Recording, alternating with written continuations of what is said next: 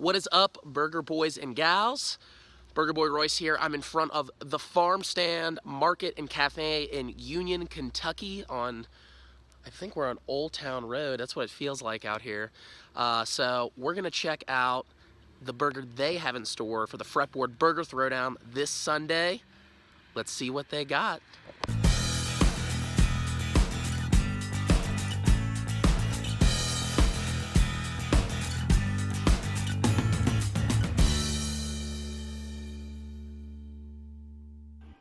What is up, burger boys and gals? I am here at the Farmstand Market and Cafe in Union, Kentucky, and I'm sitting here with the owner, Tricia, and chef of Farmstand Market. Tricia, say hi to the people. Hey, people.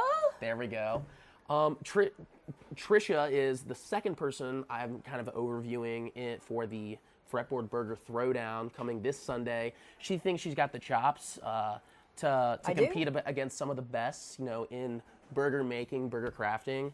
Before we get into that though, Tricia, can you tell us a little bit about your story in opening the Farmstand Market and Cafe and just kind of your experience in the food world? So, absolutely.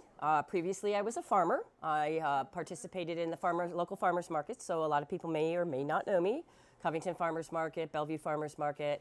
In 2016, I sold my 28-acre farm to pursue the next phase and next dream, which is the Farmstand Market, to support all of the local farmers and cottage producers in the area.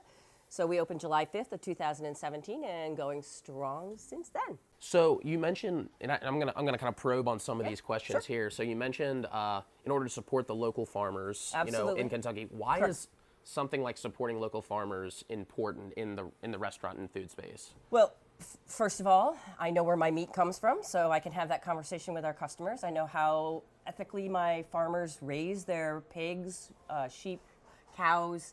I know where that burger comes from, so I know how delicious it is. Yeah. So the incorporation of those into our burgers is pretty important. The local economy, local and sustainable, is really our story. So we really strive to buy as much locally as we possibly can throughout the year. We use Local Food Connection as well. You may or may not be familiar with them, but they are a local business that deals with the farmers and chefs and local households, so we're a pickup spot for that as well as using a lot of the products in the menu items that we have here. Do you find that people find that important, whether it's just your clientele or just individuals in general? Because I know you guys are kind of off the beaten path a little bit. If you guys ever come down here, it's like a road off of a road, and there's no other really restaurants around it. So clearly, people have to travel for it. It's a destination, and when we conceived of the restaurant, we always knew that it was going to be a destination. We have a small market that we support local purveyors and cottage producers like Pickled Pig and Spring Valley and Edmar Dairy. You can come in and get jams, jellies, sauces, salsas, bacon, eggs. So we have all of those here on the premises as well to kind of tie that whole thing together. Love it, love it. Now let's get down to the meat of it, I guess you would say. So clearly you support, local meat and sourcing, local from local farmers as well. Yeah. So I'm assuming you have a very locally sourced cow that you're using. And so the recipe that we'll be featuring on Sunday will be grass-fed beef. Gotcha. Yeah. Perfect. I've only had a few grass-fed beef burgers. I know like Panino and Over the Rhine is a very good one. I've never actually even eaten here because I've honestly didn't really know too much about it. So I'm excited to get a taste this Sunday to see what it's like. I'm a fan of the grass-fed. Because one, it makes me feel better, like I'm eating healthier as well, somewhat. It's still red meat, but... On the healthy side, this burger is our James Beard Foundation entry from last year in 2018. James Beard Foundation runs a blended burger project every year. So part of this burger is a locally sourced oyster and shiitake mushrooms, which are incorporated directly into the burger, as well as locally sourced Edmar Dairy Gouda cheese, smoked Gouda cheese.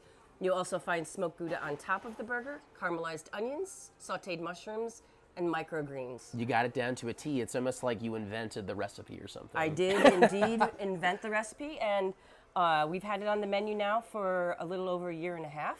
And we have had our customers say that it is quite possibly the best burger they have ever eaten in their life. Well, that is a very strong statement. Because I've had a lot of burgers. I don't know if you've followed me a bit. A little bit. I've, during Burger Week, I'm kind of known. I ate like 26 full burgers and had full experiences on all of them.